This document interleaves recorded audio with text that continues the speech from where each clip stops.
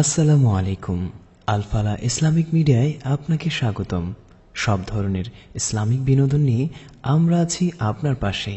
Subscribe করে সঙ্গী থাকুন। আলফালা ইসলামিক মিডিয়া, মানবতার কল্যাণে আমরা। এই নেতা সবচেয়ে কঠিন কঠিন কাজের দায়িত্বগুলো নিয়েছে। এই দুইজনের কথা যখন নবীজি জানলেন, ডাক দিয়ে বললেন, সাহাবীরা, ওই যে 50 জন পাঠিয়েছিলাম, ওই 50 জনের ভেতরে সবচাইতে নিকৃষ্ট ছিল এই নেতা যাকে আমির বানিয়ে পাঠিয়েছিলাম। আর এই যে পরবর্তীতে 25 জন পাঠিয়েছি, এর ভেতরে সবচাইতে উত্তম মানুষ হচ্ছে এই নেতা। আগের ডাকে নবীজি নিকৃষ্ট বললেন, পরের শব্দটা নবীজি উৎকৃষ্ট। এর ভেতরে কারণে যাকে দায়িত্ব দেওয়া হয়েছে তার কাজও সবচাইতে বেশি।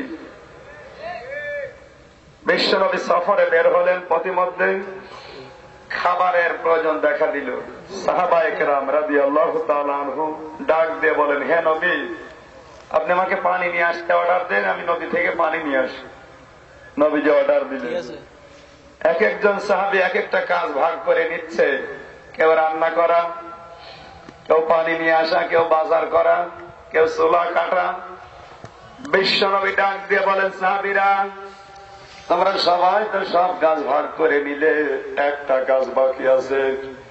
সবকিছু তৈরি করার জন্য যেটা লাগবে তার নাম কাঠ, খড়ি। এই দায়িত্বটা আমি নবী নিজের কাঁধে তুলে নিলাম। শ্রমিক কাকে বলে? বিশ্বনবী নিজে শ্রম দিয়ে পৃথিবীর মানুষকে দেখিয়েছে, আর ডাক দিয়ে বলেছেন, আল কাসিব হাবিবুল্লাহ। যারা শ্রমিক কাজ করে খায়, এরা খাজা বাবার অলি না, চরমনায় পীর সাহেবের অলি না, এরা সরাসরি আল্লাহর অলি। কার? হাবিব মানে বন্ধু। আল্লাহ বলেন, যারা কাজ করে খায় এ মানুষগুলো আমি আল্লাহর বন্ধু। এই মাঠে যারা আলো বপন করে, আলোগুলো তোলে, সারা রাত সারাদিন কষ্ট স্বীকার করে ফসল ফলাচ্ছে, কৃষকদের দাম বাংলাদেশ সরকার না দিলেও আল্লাহর নবী দিয়েছেন। এরা কৃষক না, এরা আল্লাহর বন্ধু। আমরা বাংলাদেশে আল্লাহর বন্ধু মনে করি কাদের? যারা ওই চরমনায় বসে হু হু করছে, আর বসে বসে খালি গরু খাচ্ছে। অনেক মানুষ দেখবেন গলায় দড়ি দিয়ে দড়ু নিয়ে যাচ্ছে। জিজ্ঞাসা করবেন, বাবা কোথায় যাও? বাবার দরবারে যাচ্ছে। বাবার দরবারে যাচ্ছেন আপনার বাবা মানে আছে বুড়ো বুড়ি, আর যেখানে যাচ্ছে ওটা আসল বাপ। যে জন্ম দিয়ে দুনিয়ার মুখ দেখিয়েছে ওটাকে বানিয়েছে বুড়ো বুড়ি, আর যাচ্ছে ভণ্ডের দরবারে। কথা বলেন। এই জন্য মাঝে মাঝে মনে হয় গরু নিয়ে যারা যায়, দড়ি যার গলায় ওটা তো আসল গরু, আর যেটা দড়ি ধরে টেনে নিয়ে যাচ্ছে ওটা 2 নাম্বার গরু। গরুর মতো বুদ্ধি ওর। পীরের দরবারে, আল্লাহর ওলিদের দরবারে যদি টাকা পয়সা দেওয়া, গরু ছাগল দেওয়া, ডিম দেওয়া, মান্যত করা যদি জায়েজ হতো, আমার মনে হয় নবীজির কবর আজ 50 তলা হয়ে যেত। আপনার সাথে কত কোটিপতি মানুষ যে সালাম দেওয়ার জন্য লাইন দিচ্ছে। যদি গরু ছাগল দেওয়া জায়েজ হতো, টাকা পয়সা দেওয়া জায়েজ হতো, ওই জায়গায় টাকা পাহাড় পরিমাণ হয়ে যেত না? কিছুই তো দেখলাম না। সেটারে বাটপারি করে নিয়ে যাচ্ছেন গরু। ও গরু পীরের দরবারে না দিয়ে এলাকার 50টা এতিমকে দাওয়াত দিয়ে খাওয়ান, আল্লাহর আরশ খুশি হবে। হক তো এতিমের। কার হক? এতিমের হক মেরে দিয়েছে বাবার বাড়ি। সুতরাং যারা রশিদে বসে হু হু জিকির করছে, এরা আল্লাহর ওলি না। নবীজির ভাষায় আল কাসিব হাবিবুল্লাহ। যারা কাজ করে খায় নিজের হাতে, এরা আল্লাহর ওলি। আল্লাহর ওলি এই যে এইগুলো, যারা নিজেরা উপার্জন করে খাচ্ছে, সে মাঠে হোক, দোকানে হোক, ব্যবসায় হোক, চাকরিতে হোক, যার পরিশ্রম যত বেশি ওর ইবাদতের মূল্য তত বেশি।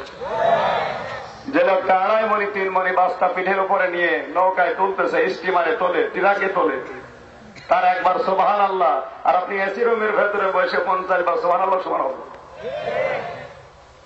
কথা না বুঝলে আবার রিপিট করছি। পৃথিবীতে ইবাদত করতে গিয়ে যার কষ্ট যত বেশি হবে, ওর ইবাদতের মূল্য আল্লাহর কাছে তত বেশি। তুমি এসি রুমের ভেতরে বসে বসে সুবহানাল্লাহ 50 বার ঠকতেছো, আর ওই লোকটা 2.5 মণি বাস্তা পিঠে নিয়ে স্টিমারে তুলছে। আর যদি একবারও মুখ দিয়ে আল্লাহু আকবার বলে 50 বারের চাইতে বেশি চাও ওর আমল নামায় হবে। আর ওর শরীর দিয়ে ঘাম ঝরছে। কি ঝরছে?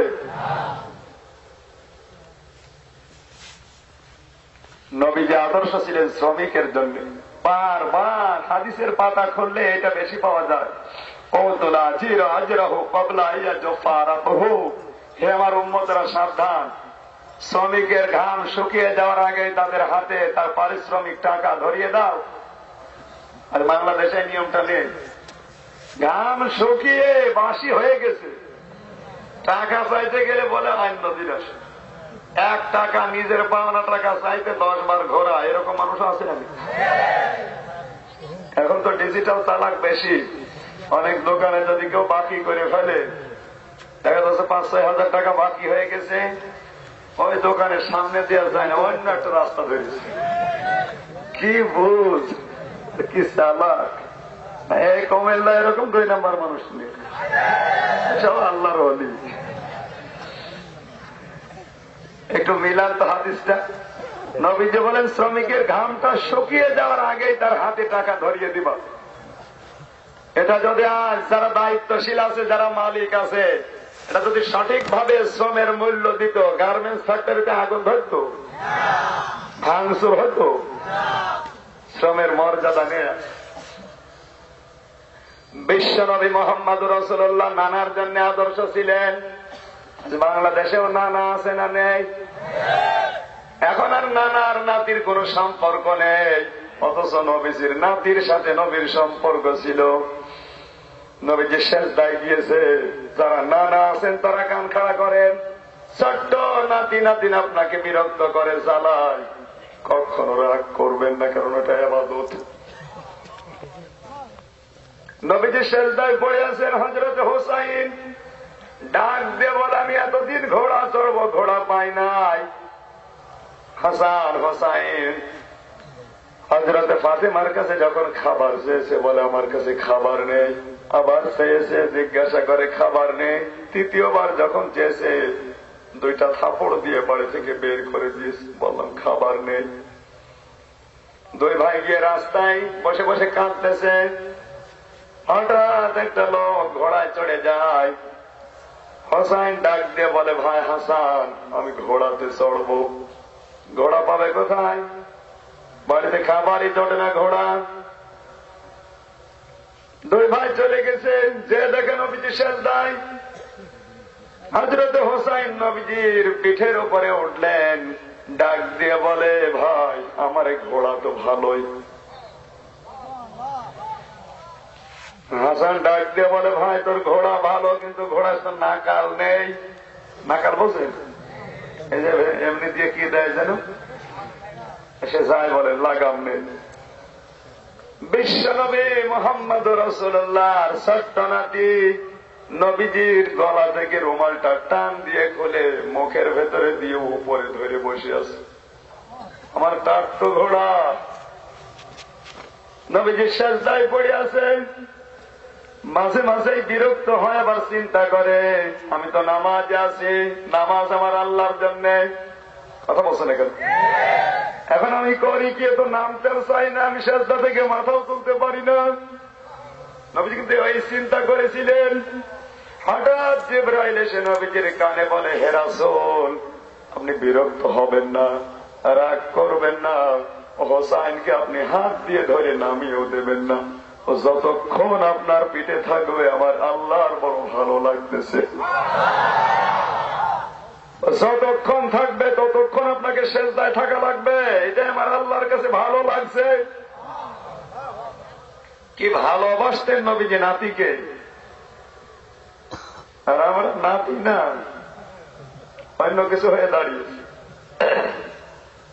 হযরত ফাতেমা দৌড় দিয়ে বাড়িতে আসলেন। তাকিয়ে দেখে 2টা ছেলে নবীজির পিঠের উপরে বসে, মুখের ভেতরে লাগাম দিয়ে চল ঘোড়া চল, চল ঘোড়া চল, এই কথা বলতেছে। হযরতে ফাতিমা চিন্তা করে আমার বাবা বিশ্ব নবী, আর তার পিঠের উপরে উঠে রুমালটা গাড়ের ভেতরে গালসির ভেতরে দিয়েছে, টান দেয়, দৌড় দিয়ে এসে ছেলেকে পিঠ থেকে নামিয়ে দিয়েছে এক থাপ্পড়। হযরতে ফাতিমা তো যাহরাকে নবীজি ধমক দিয়ে বললেন, ফাতিমা, আমার আল্লাহর কাছে কাজটা পছন্দ হয়েছে, কেন তুমি নামিয়ে নিলে? আমাকে নিয়ে যখন ঘোড়া খেলা করছিল, ও মহান আল্লাহ আমার কাছে ওহী পাঠিয়েছে জিবরাইলকে দিয়ে। নাতা নানাদির সম্পর্ক এত গভীর ছিল। বিশ্বনবী মুহাম্মদ রাসূলুল্লাহ যখন তাকিয়ে দেখলেন পিঠে নেই, ডাক দিয়ে বললেন, নানা এদিকে আসো, তুমি আবার চড়তে চাও? হযরত হোসেন বলে, নানা আমি ভুল করে ফেলেছি, আমারে মাফ করে দেন, কিন্তু আপনার কাছে আমি জানতে চাই আপনি বড় না আমি বড়? নবীজি বললেন, কেন, আমি তো বিশ্ব নবী, আমি তো বড়, তুমি বড় কিভাবে? হযরতে হোসেন বলে, না না, আপনি বড় না আমি বড়, এটা প্রমাণ করব আজকে। এক নম্বরে বলেন তো আপনার মায়ের নাম কি? নবীজি বললেন, আমার মায়ের নাম আমেনা। হোসেন বলে, না না, এ আমেনা এ পর্যন্ত শেষ, আগেও কিছু নেই পরেও কিছু নেই। দুনিয়ার মানুষকে একটু জিজ্ঞাসা করেন তো আপনার এই মাকে কয়জন চিনবে? আপনি আমার মাকে চেনেন? আমার মা হচ্ছে তামাম দুনিয়ার শ্রেষ্ঠ মানুষ, মুহাম্মদ রাসূলুল্লাহ আদরের কন্যা ফাতিমা। আমার মা জান্নাতের সরদারিনী হবে, আর আপনার মায়ের তো জান্নাতের কোনো গ্যারান্টি নেই। মায়ের দিক থেকে আপনার চাইতে আমি অনেক উপরে। আপনি তামাম দুনিয়ার মানুষকে জিজ্ঞাসা করবেন, আমার মায়ের নাম শুনলে পড়বে রাদিয়াল্লাহু তাআলা আনহা, আপনার মার নামে পড়বে। নবীজি ছোট্ট মানুষের কথা শোনার পরে কেঁদে ফেললেন, চোখ দিয়ে দর দর করে পানি পড়ে, ডাক দিয়ে বলে, না না, মায়ের দিক থেকে আমি তোর সাথে হেরে গেছি। হোসেন বলে, না না, শুধু মায়ের নাম, ওনার বাবার নাম কি বলেন তো? নবীজি বলেন, আব্দুল্লাহ। আল্লাহর নবীর নাতি বলি, না না, আব্দুল্লাহ পর্যন্ত শেষ। দুনিয়ার মানুষকে জিজ্ঞাসা করেন কয়জন এই লোকটাকে চিনবে? এর আগেও কিছু নেই পরেও কিছু নেই। আপনি কি আমার বাবাকে চেনেন? তাম দুনিয়ার সব কাফেরদের জন্য যাকে আমার আল্লাহ পাক বানিয়ে পাঠিয়েছেন, জান্নাতের সুসংবাদ যারা পেয়েছে তার ভেতরে অন্যতম আমার বাবা। আপনার বাবার তো কোনো গ্যারান্টি নেই। তাম দুনিয়ার মানুষকে জিজ্ঞাসা করবেন, আমার বাবাকে মানুষ এক নামে চিনবে? আমার বাবার মতো তো আপনি বাবা পান নাই। নবীজি ছোট্ট মানুষের কথা শুনে নীরব, ডাক দেব, না না, আরো বলবো, বলো। আপনি বলেন তো আপনার নানির নাম কি? বিশ্ব নবী বললেন, আমার নানির নামে। ডাক দিয়ে বললেন, এই মহিলাকে কয়জন চিনবে আপনি জিজ্ঞাসা করেন। আপনি কি আমার নানিকে চেনেন? যাকে আল্লাহ নিজে সালাম দিয়েছে, দুনিয়ায় একজন মহিলাকে আল্লাহ নিজে সালাম দিয়েছেন, তিনি আমার নানি খাদিজাতুল কুবরা রাদিয়াল্লাহু তাআলা আনহা। ইসলামের জন্য এই পৃথিবীতে সবচাইতে বেশি সম্পদ যিনি দিয়েছেন তিনি আমার নানি। নবীজি মৃত স্ত্রীর কথা শোনার পরে মনটা আনন্দে ভরে গেছে, চোখ দিয়ে দর দর করে পানি পড়ে। হোসেন বলে, না না, নানির কথা মনে পড়েছে। বলেন না, এই মুহূর্তে মন থেকে আমি দোয়া করছি তোর নানিকে যেন আল্লাহ জান্নাতের সুউচ্চ মাকাম দান করে। হযরত হোসেন বলে, না না, এ পর্যন্তই শুধু না, আপনি বলেন তো আপনার নানার নাম কি? নবীজি বললেন, আমার নানার নামে এই লোকটা একজন স্বর্ণ ব্যবসায়ী। কয়জন চিনবে আপনার নানাকে? দুনিয়ার মানুষকে জিজ্ঞাসা করে দেখেন, এর আগেও কোনো পরিচয় নেই পরেও কিছু নেই, আপনার নানা এরকম। আপনি কি আমার নানাকে চেনেন? শুধু দুনিয়া না, আখেরাত পর্যন্ত আমার নানা কাজে লাগবে। আল্লাহর আরশে আমার নানার নাম উচ্চারণ হয়, আর আপনার নানাকে কেউ ডাকেই না। কিয়ামতে যার সুপারিশ হয় কেউ জান্নাত পাবে না, তিনি আমার নানা বিশ্ব নবী মুহাম্মদ রাসূলুল্লাহ। নবীজি ছোট্ট হোসাইনকে বুকের ভেতরে জড়িয়ে হাউমাউ করে কাঁদে আর বলে, হোসাইন সত্য সত্য আজকে আমি তোর কাছে হেরে গেল। যেখানে যাবে আদর্শ পাবে। নবীজি এতিমের জন্য আদর্শ ছিলেন। এই পৃথিবীতে কোন এতিম যেন কথা বলতে না পারে যে নবীজি আমার ব্যাপারে কি বলবেন, আমার দরদ তিনি তো বুঝবেন না। আমার আল্লাহ তাকে এমন এতিম বানিয়েছেন, একটা মানুষ যদি গাছে ওঠে, গাছে ওঠার পরে যদি হাত ফসকিয়ে যায়, নিচে যতগুলো ডাল আছে একটা না একটা ডাল সে ধরতে পারে, বেঁচে যাওয়ার সম্ভাবনা আছে না নেই? যদি একেবারে মগ ডাল থেকে পড়ে আস্তে আস্তে 5-7টা ডাল, তারপরে নিচে মাটি, ও যে কোনো একটা ডাল ধরতে পারলে বেঁচে যাবে। কিন্তু নবী পৃথিবীতে জন্ম নেওয়ার আগে থেকে যতগুলো ডাল ধরেছে একটা ডালও টেকে নাই, প্রত্যেকটা ভেঙে ভেঙে পড়ে গেছে। জন্মের আগে আল্লাহ তাকে জন্মের এতিম বানিয়ে দিলেন, 6 মাসের এতিম। পৃথিবীতে আসলেন, আল্লাহর নবী জানি এতিমের মর্যাদা দিতে গিয়ে মাঝে মাঝে বলতেন, সাহাবীরা যদি নিজের হায়াত বাড়াতে চাও, দুনিয়ায় বেশি দিন বেঁচে থাকার আকাঙ্ক্ষা করো, আশা করো যদি মেলা দিন বেঁচে থাকবো, তাহলে কোন এতিমের মাথা পেলে হাত দিয়ে বুলিয়ে দিও।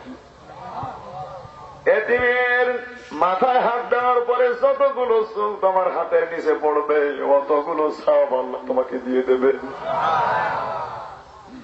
নবীজিকে আল্লাহ এমন এতিম বানিয়েছিলেন, তাম দুনিয়ায় কোন এতিম এই কথা বলতে পারবে না যে নবী আমার ব্যাপারে কিছু বলতে পারেন না, কারণ নবী তো এতিম না। এই জন্য নবীকে আল্লাহ এতিমদের সর্দার বানিয়েছিলেন। জোরে বলে ঠিক কিনা? বিশ্ব নবী মুহাম্মদ রাসূলুল্লাহকে আল্লাহ ঘোষণাও দিয়ে পরবর্তীতে জানিয়েছেন,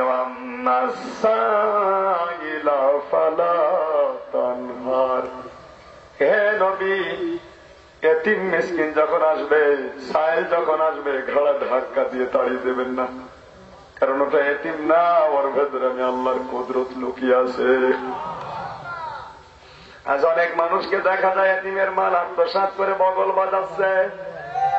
ভাই মারা গেছে, আস্তে করে বড় ভাইয়ের সম্পদ নিজের নামে জাল দলিল করে লিখে নিয়েছে। না এলাকায় সব 2 নম্বরই নেই আছে। তোমার মতো কত মানুষ জাল দলিল করে এই যে পাশেই শুয়ে আছে। জাল দলিল করায় 10 বিঘা জমি তার কাজে লাগে না, মাত্র লেগেছে 3.5 হাত জায়গা।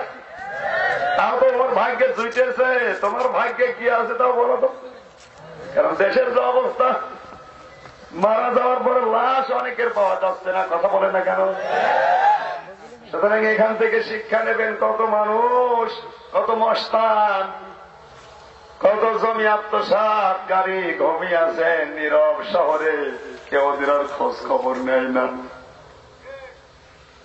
আমার ভাইরা, বিশ্বনবীকে আল্লাহ এতিম বানিয়েছিলেন।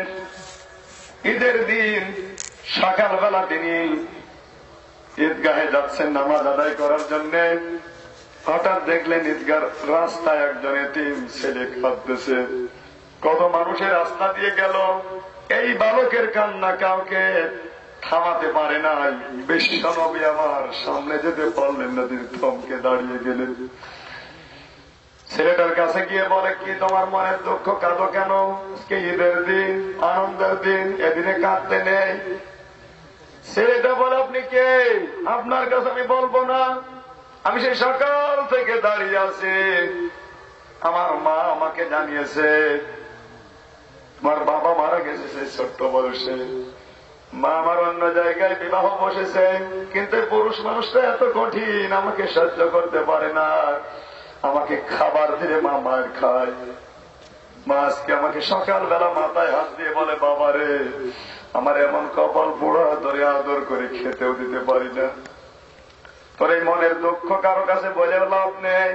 তুই চলে যা মদিনার ওই রাস্তায়, নবী মসজিদে নববীতে ঈদের নামাজ পড়ার জন্য যাবে, একবার যদি আল্লাহর নবীকে পাস, মোহাম্মদ রাসূলুল্লাহর কাছে তোর দুঃখের কথাগুলো বলবে।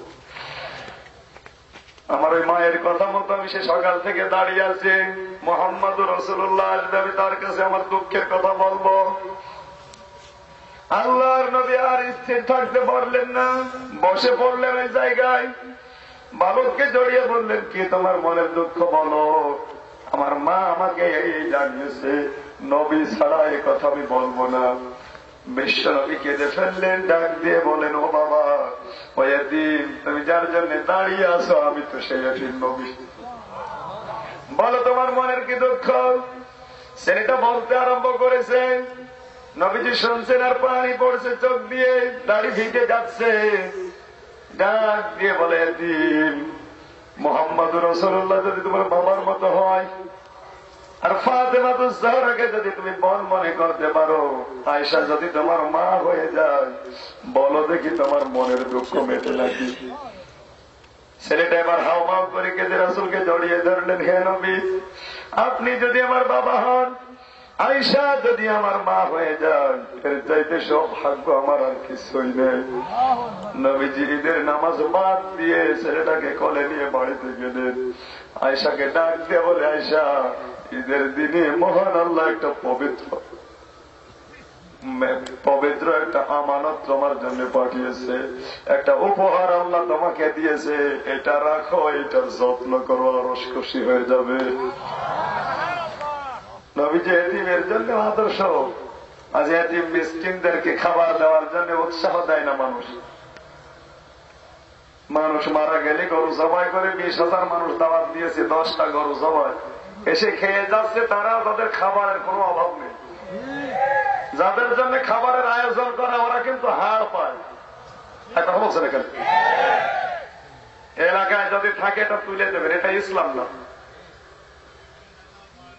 আপনি বাবা মারা গেলে যদি বাবার কবরে আযাব বৃদ্ধি করতে চান, তাহলে তার নামে গরু জবাই করে ধনী মানুষদের খাওয়ান। কারণ হক মারা হচ্ছে, ওই খাবার তো ধনীদের জন্য হারাম, ওই খাবার হচ্ছে এতিম মিসকিনের হক মেরে আপনি আত্মীয়তা করছেন। যাদের খেতে দিচ্ছেন ওদের কিয়ামত পর্যন্ত খাওয়ালে ওদের মুখ ভরবে না। কথা বলছে না? অনেক খানা খাওয়ার পরে খাবার শেষ, রাস্তা দিয়ে যায়, যদি জিজ্ঞাসা করেন চাচা কেমন খেলেন, আরে বাদ দাও, 5 পিস গোস্ত পেয়েছি, দাঁতের ফাঁকায় বন্ধ হইল। কথা বলছে 5 পিস গোস্ত পেয়েছি, দাঁতের ফাঁকা এখনো বন্ধ হয়নি। বন্ধ হলে আরো কয় পিস লাগবে, কারণ ও তো ফাঁকা বন্ধ হবে না, ও তো ফাঁকা করে এসেছে 1 মাস খেয়ে খেয়ে। যারা 1 বছরও কিছু পায় না, এই মানুষগুলোর কাছে যান। কথা বলছেন এখানে যে আদর্শ সব জায়গায় নবীজি, কিন্তু এইটা আজ নেই। এ সমস্ত বাদ দিয়ে অন্য কোন আদর্শ গ্রহণ করে আমরা চলছি। আমার মনে হয় নবীর উম্মত যারা দাবি করছি, এই বাংলাদেশে 100 ভাগ উম্মত না, যদি 51 ভাগ উম্মত তৈরি হয়, নবীর প্রত্যেকটা আদর্শ গ্রহণ করে, বাংলাদেশে ইসলাম কায়েম হতে 1 ঘন্টা সময় লাগবে। কুমিল্লাতে রিকশা চালায় না বুড়া মানুষ, বলেন 60 বছর 65 বছর বয়স রিকশা চালাচ্ছে, ও কয়েকদিন মাসে মাসে খাসির গোশত খায়, 1 বছরে 1 বার পায়, তাও যদি এলাকায় ছাগল জবাই হয় কোরবানির দিন 1 পিস পাবে, তাছাড়া পায় না। কথা বলছে না? একটা লোক বহু কষ্ট করে 1 কেজি খাসির মাংস কিনেছে, বাড়িতে যে বৌমাকে বলে সুন্দর করে রান্না করো, আমি নদী থেকে গোসল করবো, চলে বৌমা চিন্তা করছে 1 বছর পর খাসির মাংস দেখে কেমন লাগে, একটু টেস্ট করি। 1 পিস মুখে দিয়েছে, তাকে ভালোই লাগছে, আর একটা দিয়েছে, আর একটা দিয়েছে। মাংস 1 কেজি হয় কয়টা? 8-10 পিস হয়, সব শেষ। চিন্তা করছে আমার শ্বশুর আসলে আমি বলবো কি। শ্বশুর যখন এসেছে ডাক দিয়ে বলে, বৌমা খাবার কয়? আলুর তরকারি, মূলার তরকারি, বেগুনের তরকারি দিয়েছে। ডাক দিয়ে বলে, বৌমা সে আসল জিনিস তো দিলে না। কি কষ্ট করে মাংস নিয়ে আসলাম। বউ ডাক দিয়ে বলে, শ্বশুর আব্বা লজ্জা দেবেন না, আপনি যখন গোসল করতে গেলেন আমি রান্না কমপ্লিট করে ঢাকনা দিয়ে ঢেকে রেখে শুধু কলে পানি আনতে গেছি। কলে পানি এনে দেখি 1 কেজি মাংস সব বিড়াল খেয়ে ফেলেছে। শ্বশুর চিন্তা করছে 1 কেজি মাংস রান্না কমপ্লিট, ঢাকনা দিয়ে ঢাকা শেষ, শুধু পানি আনতে গেল, শেষ হয়ে গেল। হিসাব তো মেলে না। হিসাব মেলে? হিসাব যখন মিলতে চাই না, খাবার কষ্ট করে খেয়েছে, পাশে তাকে সে বিড়াল মিউ মিউ করছে, চেপে দিচ্ছে, রশি দিয়ে টাইট করে 4 হাত পা বেঁধেছে, দাড়ি পাল্লা এনে ওজন দিয়ে তাকে 1 কেজি দিয়ে বলছে, বৌমা এটা যদি বিড়াল হয় সে মাংস কই? এই বিড়াল যদি 1 কেজি মাংস খায় এর ওজন হবে 2 কেজি। আর এটা যদি মাংস হয় তাহলে সে বিড়াল কই? এদেশে উম্মত আছে নবীর এই অবস্থা। এত উম্মত দরকার না। রান্নাঘর থেকে সংসদ পর্যন্ত নবীদের আদর্শ প্রত্যেক জায়গায় আছে না নেই? এগুলো গ্রহণ করার চেষ্টা করেন। 96% মুসলমান লাগবে না, 51% নবীর উম্মত হলে এই দেশে নবীকে নিয়ে কেউ কটুক্তি করবে। 51 জন নবী, 51 5 বাদ দিলে কয় থাকে? ওই রকম অবস্থায় আছে। কষ্ট পাচ্ছে। আজকের যে আয়াত পড়েছিলাম বলেন তো, মাটি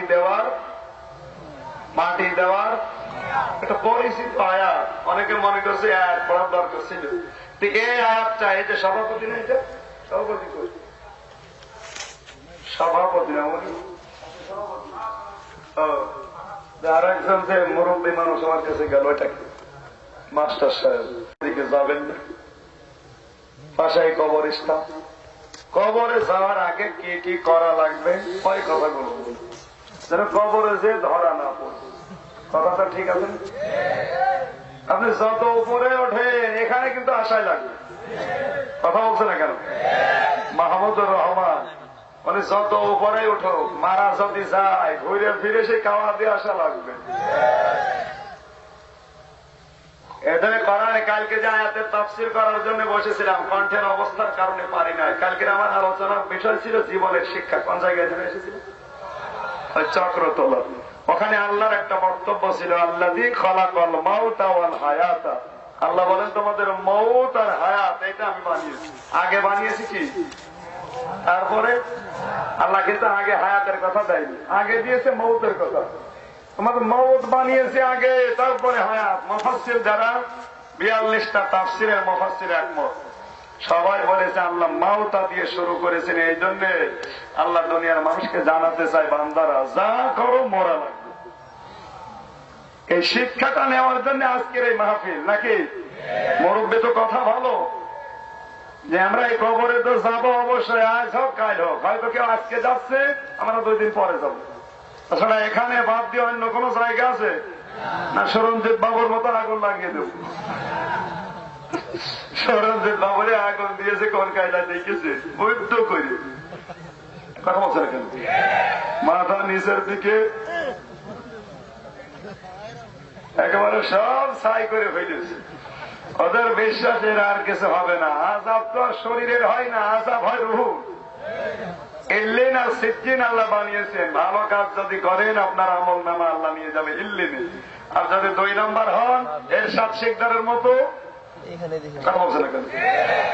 এরশাদ শিকদার মরে গেছে, ওর নাম বললে অসুবিধা নেই। জিন্দা মানুষ যারা আছে এদের নাম বললে অসুবিধা আছে না? এই জন্য এরশাদ শিকদারের নাম বললাম যেন কারো গায়ে না লাগে। এইরকম হয়ে যদি কেউ মরে, ওই রুহ যাবে সিজ্জিনে। কথা বলেন, আমাদের রুহ ইল্লিনে যাক, এটা আমরা চাই না? চাই না? না সিজ্জিন চাই? ওনার প্রশ্নের উপরে মেসেজ করে আমি আজকের আয়াতটা ভাগ করে নিয়েছি। যেহেতু মরা লাগবে আর আল্লাহর ঘোষণা এটা, কোরআন শরীফে 3 জায়গায় আয়াতটি আছে। কুল্লু নাফসিন যায়িকাতুল মাউত।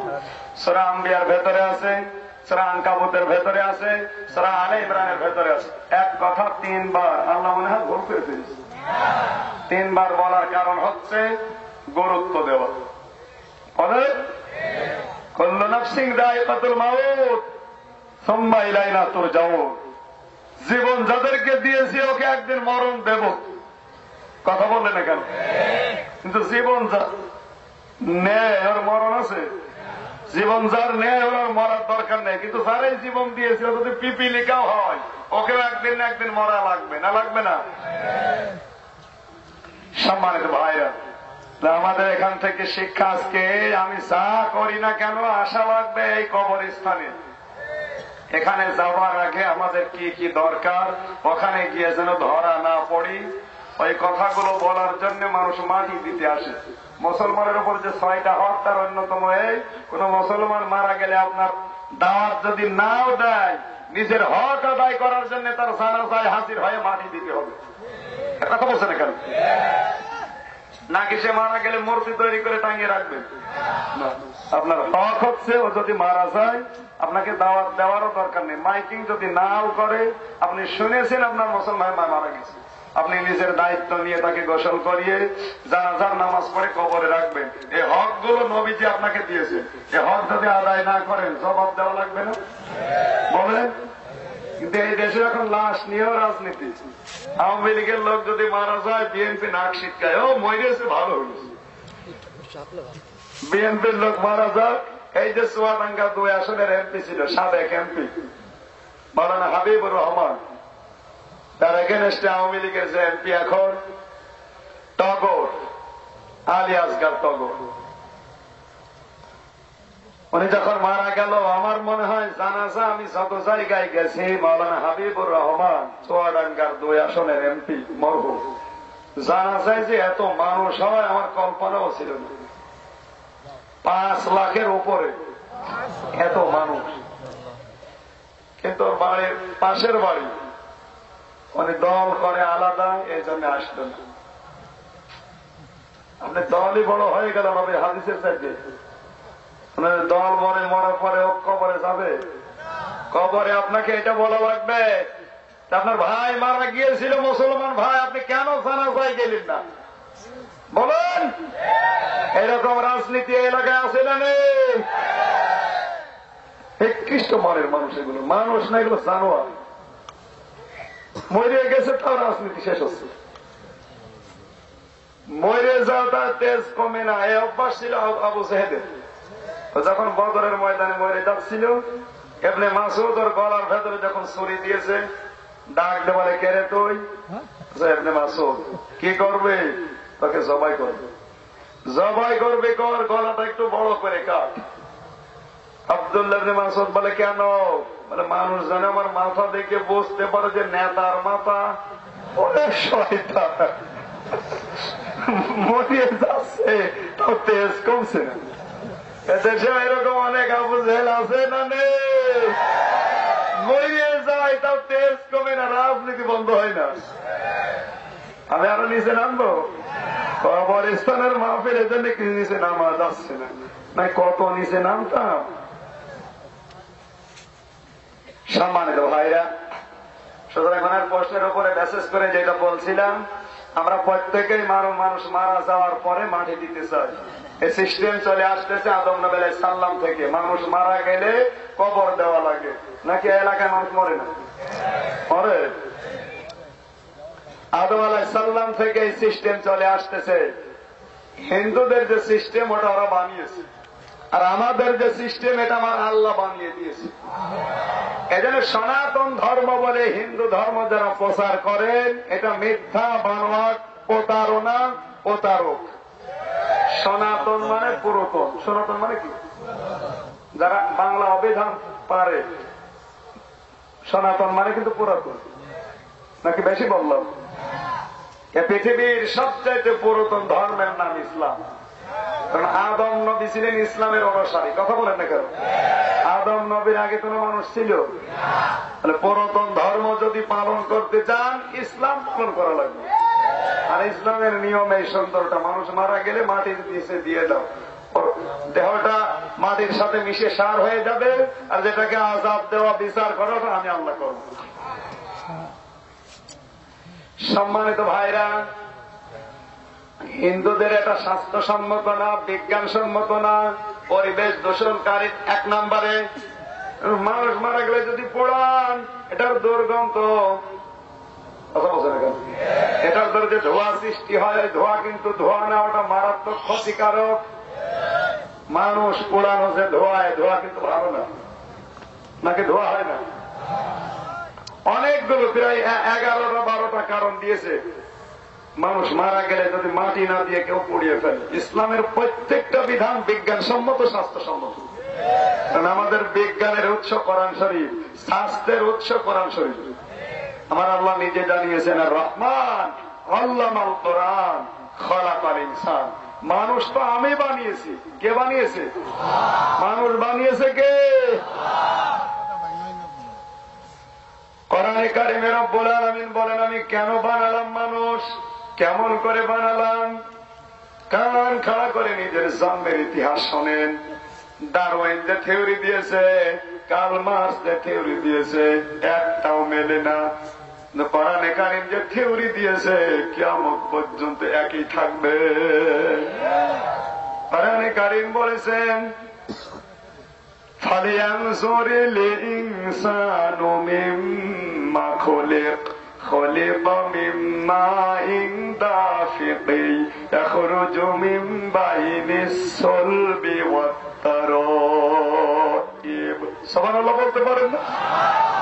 আল্লাহ তাআলা বলেন, মানুষকে নজর করে দেখে না কি জিনিস দিয়ে আমি আল্লাহ তাকে বানালাম। বাবার স্ফলিঙ্গ দিয়ে দ্রুত গতিতে বের হয়ে যাওয়া এক ফোঁটা নাপাক পানি মায়ের রেহেমের ভেতরে যে নাপাক থলি আছে ওর ভেতরে জমা হয়। তাফসিরে ফি জিলালিল কোরআন, তাফসিরে বাইজাবি মুফাসসিরে আয়াতের ব্যাখ্যা করতে গিয়ে লিখেছেন, মানব সৃষ্টির উৎস কি, রহস্য কি, এই জায়গায় তারা দিয়েছে বাবার যে বীর্যটা মায়ের রেহেমের ভেতরে পড়ে, এই নাপাক ফোটা বীর্য দিয়ে আমার আল্লাহ নিজের কুদরতি ভাবে 4টা জিনিস বানায়, চুল, রগ, হাড় আর পর্দা।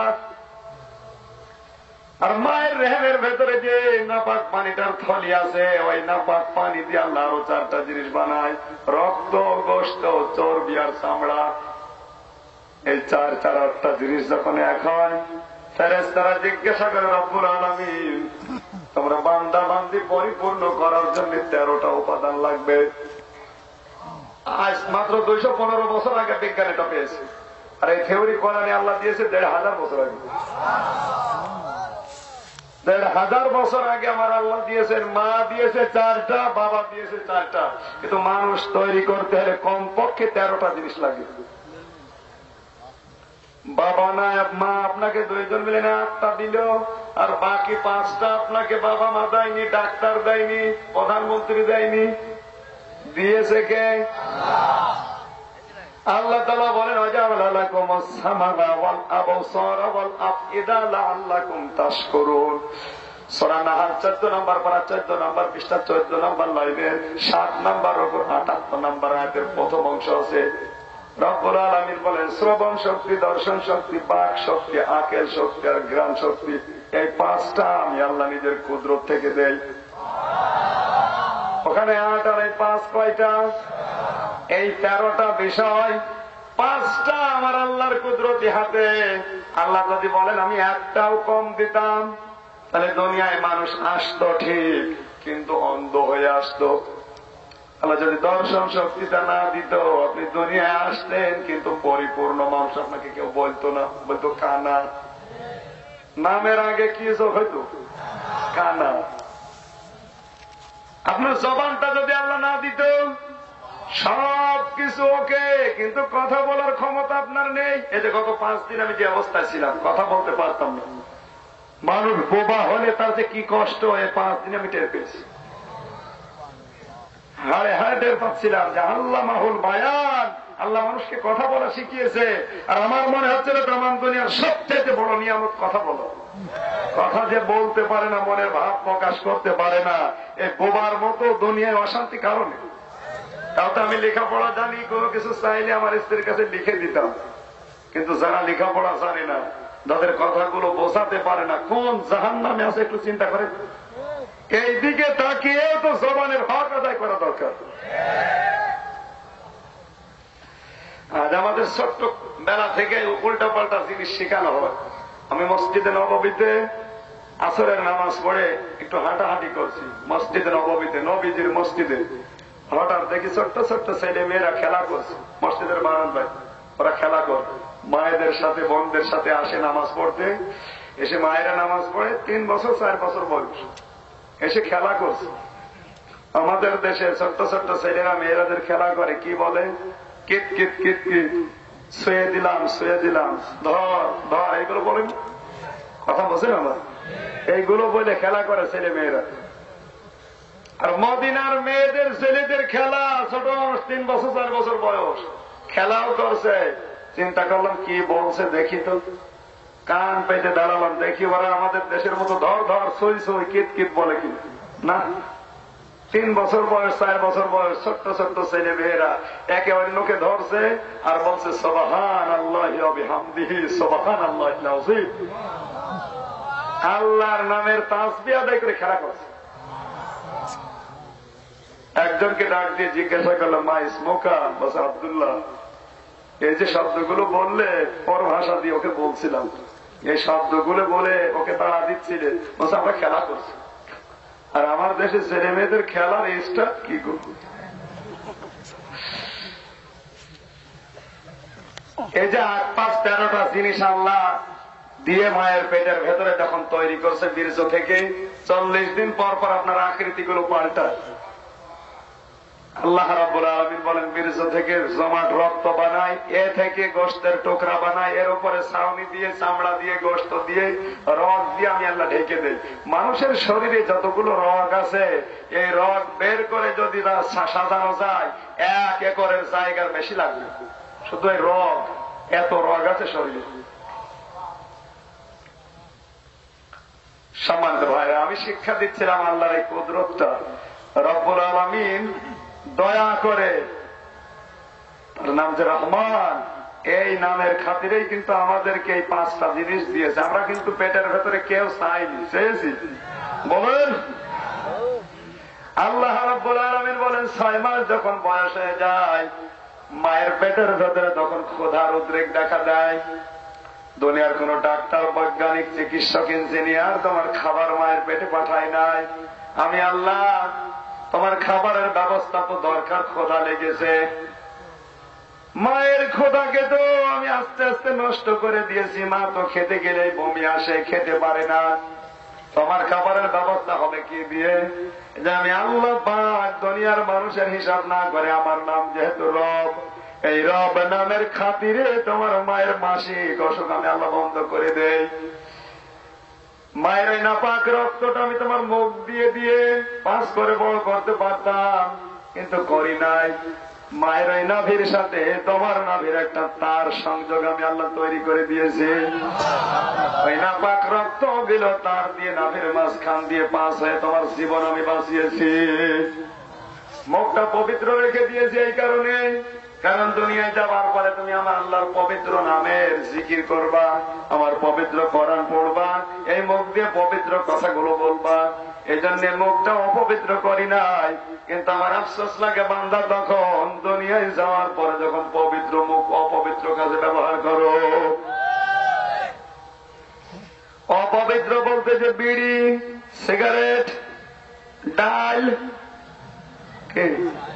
সে যে ডালি হোক। সেদিন কুষ্টিয়াতে 3 জনকে ধরেছে, জেলখানার ভেতরে পিটাচ্ছে। আমি তো ওসি সাহেবকে পড়াতাম, ডাক দিয়ে বললাম স্যার এদেরকে মারছেন, ওদের ডাল খায়। কি আইন আপনার বাংলাদেশে? ডালও খাওয়া যাবে না? হুজুরে ডাল, সে ডাল না, ফ্যান্সি ডাল, খেসারির ডাল, মসুরের ডাল খেলে তো কিছু বলতাম না, খায় ওরা ওই ডাল। এ সমস্ত ডাল দিয়ে যারাই পবিত্র মুখ অপবিত্র করে, পবিত্র এই মুখটা যারা উল্টা পাল্টা কাজে ব্যবহার করে, অন্যের স্ত্রী অন্যের মেয়েকে চুমা দেয়, এরকম মানুষও আছে না? আজ তো মোবাইল যেটা বের হয়েছে ইমো সিস্টেমে, কত কায়দায় চুমা দিচ্ছে। ধরে বলেন সুবহানাল্লাহ। দাড়িওয়ালা মানুষ যারা, ওরা মনে করছে হুজুর কি বলে, যুবক যারা টের পাচ্ছে। কথা বলছে না কেন? বিয়ে করনি কারা কারা হাত তোলো তো, হাত তোলো। বিয়ে করে আবার ডবল বিয়ে করার জন্য হাত তুলেন। তুমি হাত তুলেছে মানে ডবল করবা একটা, ঠিক আছে, একটা হাত নামা। বিয়ে হয়নি অনেক মানুষ এখানে আছে, আর আমার মনে হয় যারা হাত তুলেছে বিয়ে হয়নি এরা 180 মাইল থেকে প্যান্ট চালাচ্ছে। মানে কথা হুজুর কিছু জানে না, হুজুর ভার্সিটির জিনিস সব ঘাটের পানি হুজুরের খাওয়া শেষ। প্যান করেছেন না করেন নাই? হাত তোলা লাগবে আপনার না, দরকার প্যান যারা করেছেন আল্লাহর কসম, ওটা যদি আপনার সাথে বিয়ে না হয়ে অন্যজনের সাথে হয়, আপনার যার সাথে বিয়ে হবে বুঝবেন ওই মেয়েরার সাথে ওই কাজই করেছে আপনি যেটা করেছিলেন। প্রেম না করে বিয়ে হওয়ার মতো মানুষ কম না বেশি? এই যে এটা তো প্রেম করে বিয়ে করবে দাঁড়িয়ে হওয়া মানুষ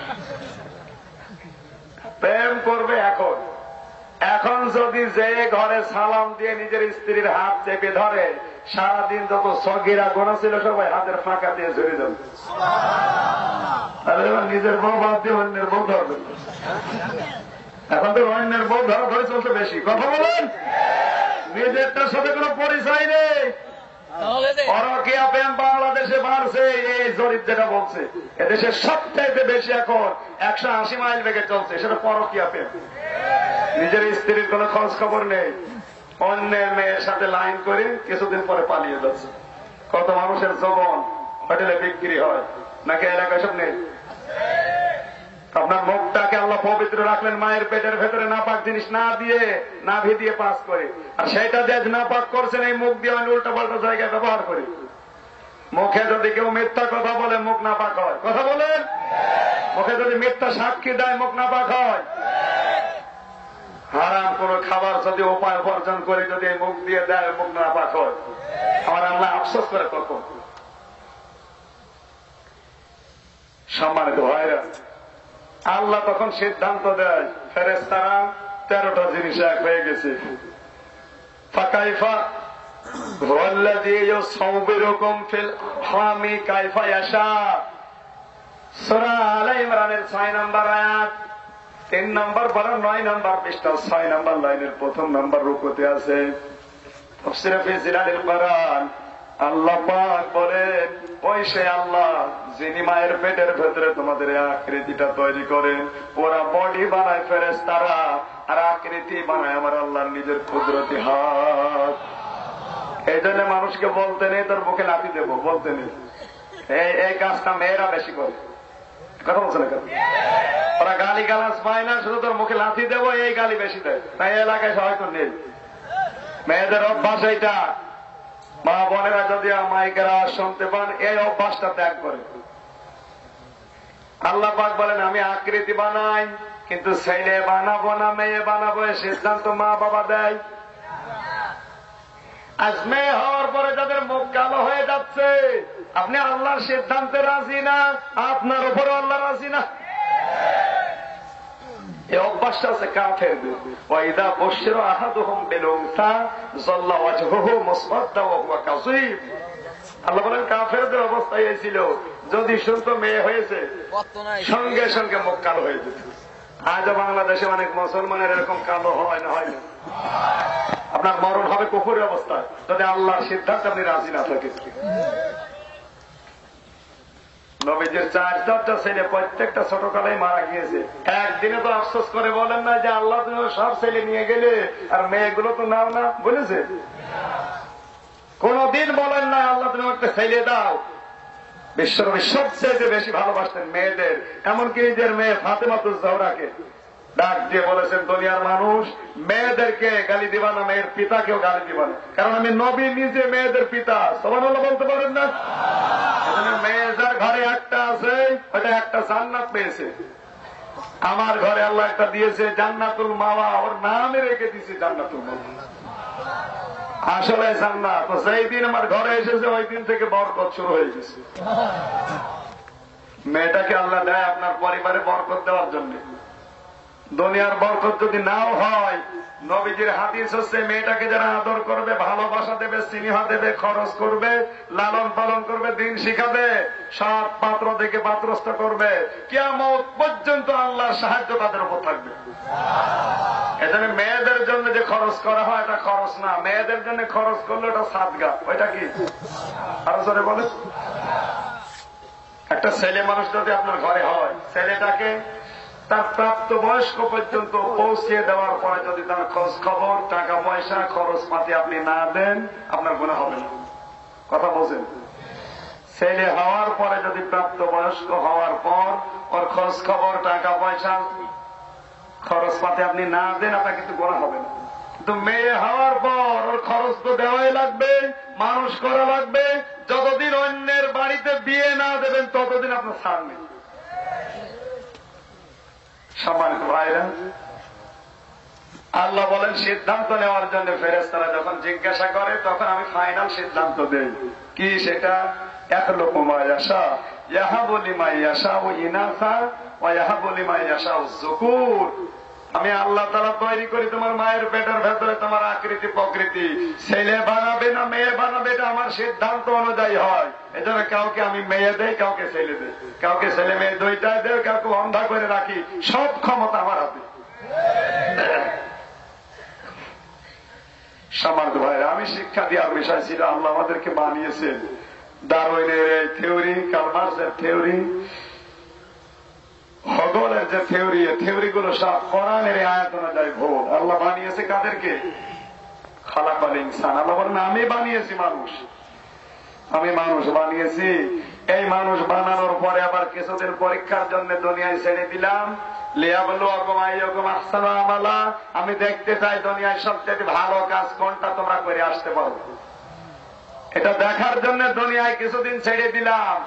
এরপরে আমরা যখন কবরে নিয়ে যাই তখন এই দোয়া পড়ে মাটি দেয়। মিনহা খলাকনাকুম, এই মাটি দিয়ে আল্লাহ তোমাকে বানিয়েছে। শব্দটা ভুল।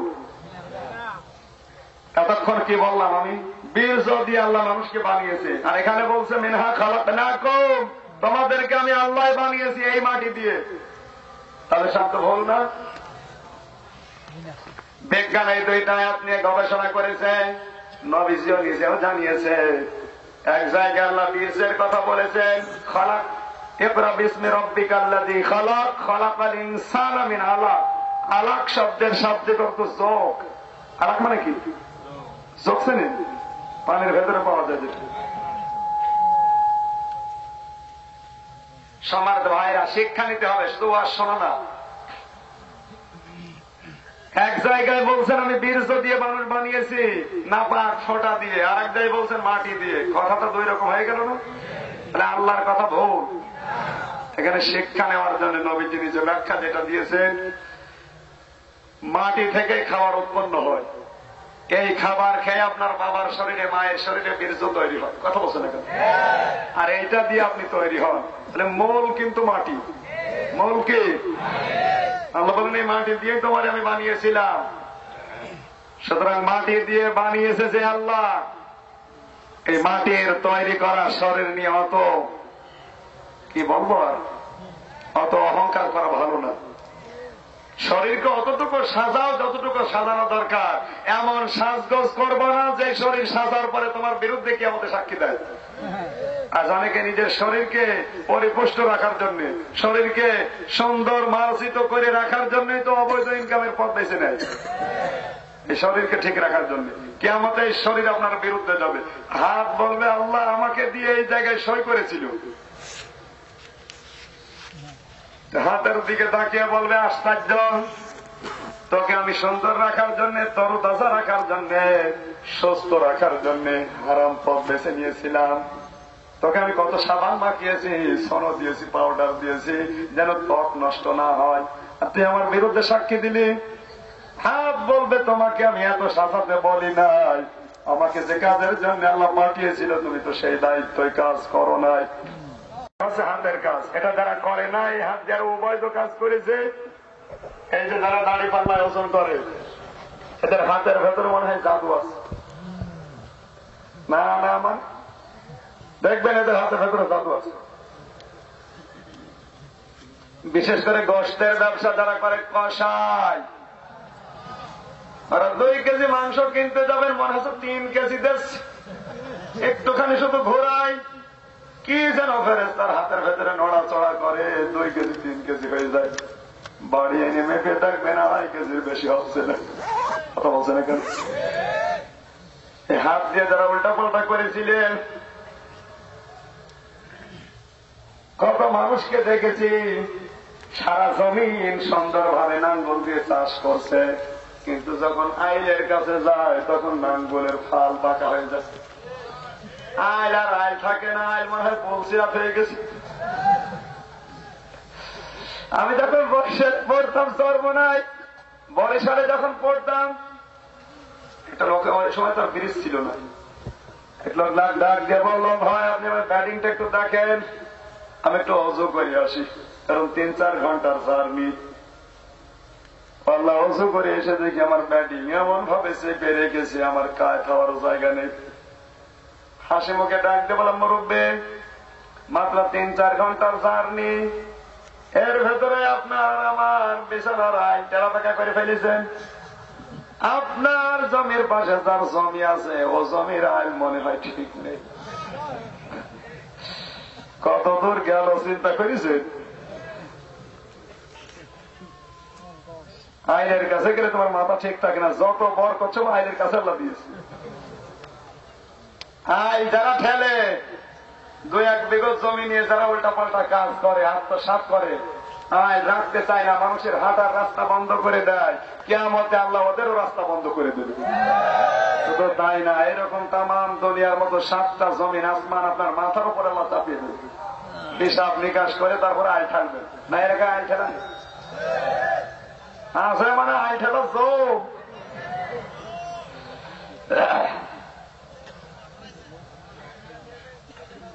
আমার ভাইরা, আমি তো শিক্ষাটা দেওয়ার জন্য আয়াতটা পড়লাম, পরিচিত আয়াত। সুতরাং আমি যে জিনিস দিয়ে তৈরি, আমার অহংকার করা সাজে, আমার পেটের ভেতরে পায়খানার কথা বলছেন এখানে, আমার নাকে ময়লা, কানে ময়লা, মুখে ময়লা, সব জায়গায় আমার ময়লা। আমি অহংকার করি কি নিয়ে? অনেকে অহংকারের চোটে পা মাটিতে ফেলতে চায় না।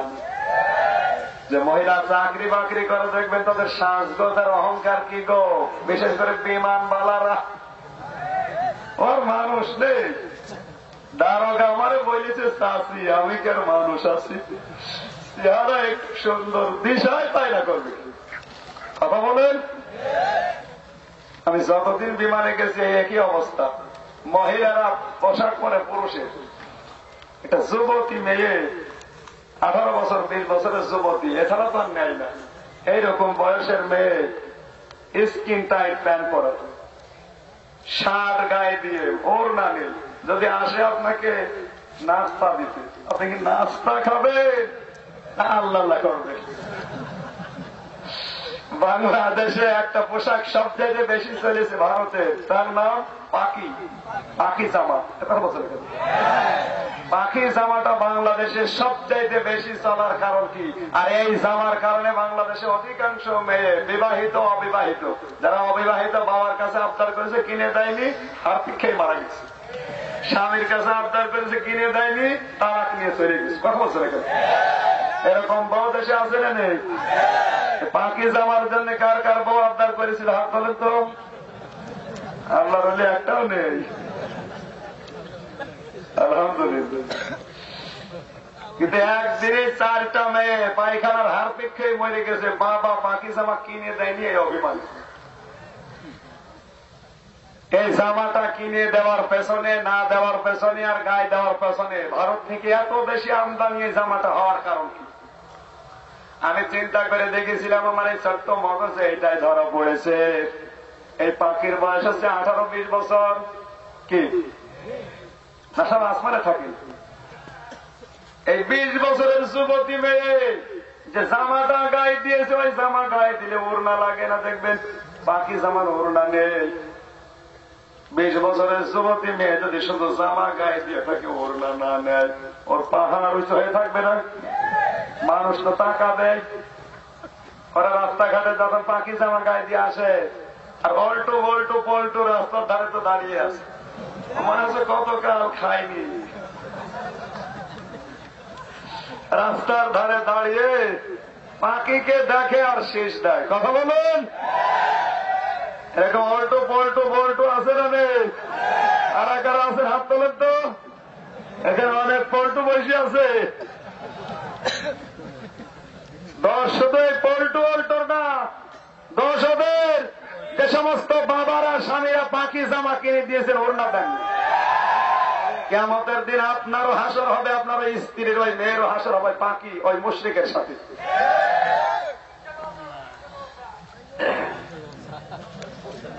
স্টার জলসা দেখেন, আমি নিষেধ করছি না, দেখেন, কিন্তু ওখান থেকে তো শিক্ষা নিতে পারেন না। তুমি আসবে বলে যে সিরিয়ালটা হয় এখনো চলছে, এই যে নন্দিনী আর ওর শাশুড়ি যে না কুমড়ার সম্পর্ক, মনে করেন হুজুর কিছু জানে না, সব কিছু জিবরাইল দিয়ে যাচ্ছে। বউ আর শাশুড়ির ভেতরে কিভাবে চক্রান্ত করা লাগে, একে অন্যের পেছনে কিভাবে লাগা, কথা বলছে না কেন? এটা শিক্ষা আমাদের পরিবারে মেয়েরা দেখে দেখে নেয়। এই জন্য আমরা তো থাকি বাইরে, বউ শাশুড়ির মিল নেই, এরকম পরিবার দেশে আছে না নেই? 100-98টা পরিবার এরকম বউ শাশুড়ির মিল নেই। অথচ নবীজি জানিয়েছেন বউ আর শাশুড়ির চরিত্র হবে মা আর মেয়ের মতো। বউটা যখন আসবে তোমার বাড়িতে, মেয়েটাকে তুমি নিজের মেয়ের মতো ভাববা, যদি কাজ না জানে শিখিয়ে দিবা, ওই কাজ শিখিয়ে দেওয়া সাদকা দেওয়ার মতো সব হবে। বৌমাকে কোনো কাজ শিখিয়ে দেওয়া, শাড়ি পরতে জানে না শাড়ি পরতে শিখিয়ে দেন, তরকারি রান্না করতে জানে না শিখিয়ে দেন, এ সমস্ত কাজগুলো যদি আপনি শিখিয়ে দেন, আপনার আল্লাহ রাস্তায় সাদকা দেওয়ার মতো সওয়াব ওই শাশুড়ির আমল নামে হবে। যে মেয়েরা ঘরে আসবে ও যেন নিজের শাশুড়িকে নিজের মায়ের মতো ভাবে। নিজের মা দোষ করলে আপনি মাফ করে দেন, আর শাশুড়ি দোষ করলে উল্টা পাল্টা কথা বানিয়ে স্বামীর কানে তুলে দেন। এরকম মহিলাও দেশে আছে নাকি? আছে, মানে প্রমাণ করবে। এরকম বউ কার কার হাত তোলে? কই আপনাদের অসুবিধা নেই, এখানে ভিডিও হচ্ছে না, আপনাদের কেউ দেখবেও না। হাত তোলেন, সাহস আছে কিনা দেখি, বুকের পাটা কেমন, কই কিসের সময়? আপনাকে কেউ দেখবে না, সব সামনে তাকিয়ে আছে, তোলেন হাত। কই এই এলাকায় বাস করার দরকার নেই ভাই, তারা আল্লাহর ওলি দিয়ে বসবাস করছে। বাংলাদেশে এমনও পরিবার পেয়েছি, ছেলেটা মাকে শাড়ি কিনে দিয়েছে 1000 টাকা দিয়ে, স্ত্রীকে দিয়েছে 900 টাকা দিয়ে, মাত্র 100 টাকা কম বেশি, এই জন্য স্বামীর সাথে কথা বলে। এরকম মন ছোট বউ দেশে আছে।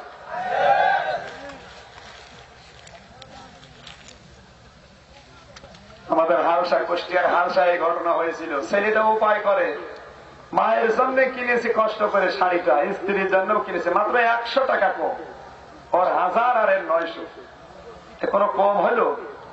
এইটা নিয়েই গন্ডগোল তো করেছে শাশুড়ির সাথে, স্বামীর সাথেও কথা বন্ধ করে দিয়েছে। স্বামীটারও রাগ হয়ে গেছে, আমি কামাই করি কষ্ট করে, আমার মাকে দেবো না বাবাকে দেবো, ওর দেখার দরকার আছে, তো দিতে দেবে না। এই বর কারণে স্বামী স্ত্রী, স্বামী অনেক বাবা মার খোঁজ খবর নিতে পারে না, এরকম পরিবার নেই? শেষ পর্যন্ত স্বামীর এখন রাগ হয়ে গেছে, ওর কাছেও যায় না, ঘরেও শয় না। এই শীতের রাতে বিভিন্ন জায়গায় আগুন লাগায়, খড়কুটার আগুন তাপায়, আর ঘরে যায় না। 3 দিনের মাথায় ওর লুঙ্গিতে আগুন লেগেছে। স্বামী তো টের পায়নি, স্বামী তো আগুন পোহাচ্ছে মনের দুঃখে। ওর স্ত্রী জানালার ফাঁকা দিয়ে তাকিয়ে দেখে স্বামীর লুঙ্গিতে আগুন লেগেছে, ওর টের পায়নি। চিন্তা করছে, আল্লাহ জায়গাতে আগুন লেগেছে, আমি যদি এখনো কথা না বলি আমার কি হবে? ও তো সব পুড়িয়ে যাবে, কথা বলছে না কেন? আর ও যদি সব পুড়িয়ে যায় আমার ধরবো, আমি সংসার করবো কারে নিয়ে? স্ত্রী চিন্তা করে, না আমি কথা বলবো না, আমার প্রেস্টিজ নষ্ট হবে, ও পুড়ে যায় যা। আবার ভাবে, আল্লাহ এই 2 দিনের রাগ সব যদি পুড়ে যায় আমার তো কপাল শেষ। স্ত্রী তখন জ্বালানোর ফাঁকা দিকে অন্যদিকে মুখ ধরিয়েছে, জোরে জোরে বলতেছে, কারো লুঙ্গিতে আগুন লাগলে আমি তাও বলি না, কারোর সাথে কথাও বলি না। চিন্তা করছে হচ্ছে কি, তাকে তাকে লুঙ্গিতে আগুন, তাড়াতাড়ি আগুন লিপিয়েছে। ডাকতে বলে, আল্লাহ তোমার নামে তওবা করছি, জীবনে আর বউর সাথে কথা বলতে পারবো। টাইট হয়ে গেছে। কিন্তু মেয়েটার কারণে ওই ছেলেটা মা বাপকে ভুলে যাওয়া আরম্ভ করেছে, কথা বলে না ওই মা বাবার সাথে। সম্মানিত মা বোন যারা শুনতে পাচ্ছেন, পরিবারটা জাহান্নাম করার পেছনে বউ আর শাশুড়ি 100 ভাগ দায়ী। আমারও তো থাকি 24 ঘন্টা না 18 ঘন্টা কর্মজীবনে। কথা বলেন, কষ্ট পাচ্ছে? সুতরাং আপনারা এই হাত ঠিক করবেন, মুখ ঠিক করবেন, এই সমস্ত জিনিসগুলো আপনাকে আল্লাহ আমানত দিয়েছে। এজন্য আপনি আমানত গুলো নষ্ট করতে পারবেন না। এরা তাহলে সাবধান, নিজের হাতে নিজেকে ধ্বংস করো না। বিড়ি খাওয়া হারাম, সিগারেট খাওয়া হারাম এই কারণে, এটা খেলে ক্যান্সার হয়। আল্লাহ আপনাকে যে আমানতটা ভেতরে দিয়েছে, এই ফুসফুস নষ্ট হয়, ক্যান্সার হয়ে নিজের শরীরটা অকেজ হয়। আপনি আল্লাহর আমানতকে নষ্ট করার কারণে আত্মহত্যা করা হবে। এরপরও যদি কেউ বিড়ি সিগারেট না ছেড়ে দেন, আমি আর কিছু বললাম। আল্লাহ রাব্বুল আলামিন আমাদের কিন্তু দুর্বল পয়েন্টে আঘাত দিয়েছেন। কোন জায়গায়? দুর্বল জায়গায়। মানুষ যদি কেউ কাজ করতে চায়, ও বড় বড় কথা বলছে, মঞ্চে ওই বক্তব্য দিচ্ছে, ওকে দুর্বল করার জন্য অনেক গোপন খবর তুলে ধরবে, ও দুর্বল হয়ে যাবে। আল্লাহ মানুষকে একেবারে দুর্বল জায়গায় আঘাত দিয়েছে। কে নিয়ে বাহাদুরি করো? এত লাফালাফি কিসের? তোমার জন্মের উৎসের দিকে তাকাও, তুমি দেখ নাপাক পানি, এটা শরীরে রাখলেও নাপাক হয়ে যায়। কথা বলেন। আল্লাহ রাব্বুল আলামিন বলেন, হে মানুষ, তোমাদেরকে এই মাটির নির্দাস থেকে আমি বানিয়েছি। অফিহা নুঈদুকুম। মানুষ যখন মাটি দেওয়া হয়, এই সমস্ত কথা চিন্তা আসে। গরু ছাগলের মতো যায়, মাটি দিয়ে চলে আসে। এর নাম তো জানাজা না, মরণের শিক্ষা আছে। একটা মানুষ মারা যাওয়ার পরেও যদি কেউ পরিবর্তন না হয়, তাকে দেখে ওর আর পরিবর্তন হওয়ার কোন লাইন নেই। কথা বলছেন। 2 নম্বরে আপনি বলেন অফিহা নুঈদুকুম, এই মাটির ভেতরে তোমাদেরকে আমরা রেখে গেলাম। কান খাড়া করে শোনেন, এই শব্দটা বোঝানোর জন্য আমি আয়াতটা নিয়েছি। যেহেতু কবরস্থান এই মাটির মধ্যে, কোন জায়গায়? আল্লাহ বলেন সুম্মা আমাতাহু ফাআকবারা, মানুষকে আমি মরণ দেই, আর মরণের পরে মাটি দেওয়ার ব্যবস্থা আমি আল্লাহ করি। সুবহানাল্লাহ বলতে পারেন না? মানুষ মারা যাবে, মাটি দিতে হবে নির্দেশকার। যারা পুড়িয়ে ফেলে নির্দেশকার আল্লাহ। জারি হোক, অত বলার দরকার নেই ভাই, এমনি ওরা জামায়া ধরে আছে। সম্মানিত ভাইরা, এই যে বই মেলা গেল কিছুদিন আগে, আমার ড্রাইভার যে আছে আজকে বলছিল, বাণিজ্য মেলা গেল না, এক মালায়ন এসেছে, এসে এত গালি গালাজ করছে মুসলমানদের। ড্রাইভার মনে বলছে, হুজুর কিছু বলার নেই। কত বড় পাওয়ার ক্ষমতা থাকলে ভারত থেকে এসে বাণিজ্য মেলায় যোগ দিয়ে মুসলমানদেরকে গালি দিচ্ছে মুসলমানের দেশে বসে।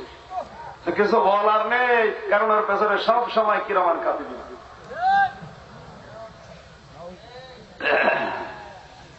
আমি আজকে যে কথাগুলো বলছি অধিকাংশ গুলো শুধু ইঙ্গিতে, এরপরেও যদি না বোঝার ভান করে থাকে, এদিকে আসেন, আপনাকে বলছি। কবরস্থান যেহেতু এই মাটির ভেতরে আপনাকে রেখে যাবে, শুধু তা না, যারা আসবে তারা তো 40 পা হেঁটে চলে যাচ্ছে।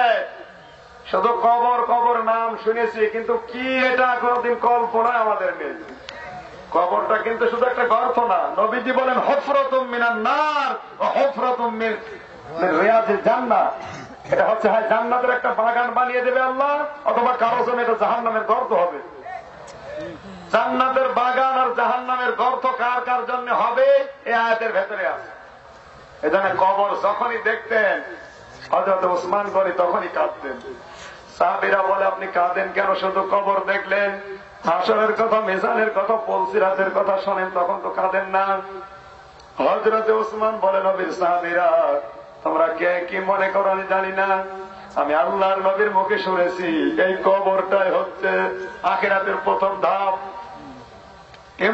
ইমিগ্রেশন কাউন্টার এই কবর, এখানে যদি কেউ পার হয়ে যায় তার মিজানে কোনো সমস্যা নেই, হাশরের ময়দানে সমস্যা নেই, পুলসিরাতে সমস্যা নেই। মহান আল্লাহ তাকে জাহান্নাম থেকে মুক্ত করে জান্নাতে দিয়ে দেবে। কিন্তু এই কবরে যদি কেউ ধরা পড়ে যায়, বাকি সব ঘাটিগুলো তার জন্য জাহান্নামের চাইতেও নিকৃষ্ট হবে। নবীর সাহাবীরা, আমি নবীজির মুখে শুনেছি হাশরের ময়দান কঠিন উত্তপ্ত, কিন্তু সেখানে মানুষ পাওয়া যাবে। পুলসিরাতের ঘাট হীরার চাইতে ধার, খুরের চাইতে ধার, চুলের চাইতে চিকন, কিন্তু তারপরও তার গোড়াতে আগাতে মানুষ থাকবে। মিজানের পাল্লায় যখন পাল্লায় ওজন দেবে সেখানেও মানুষ থাকবে, কিন্তু জাহান্নামে দেবে ওখানেও মানুষ পাওয়া যাবে।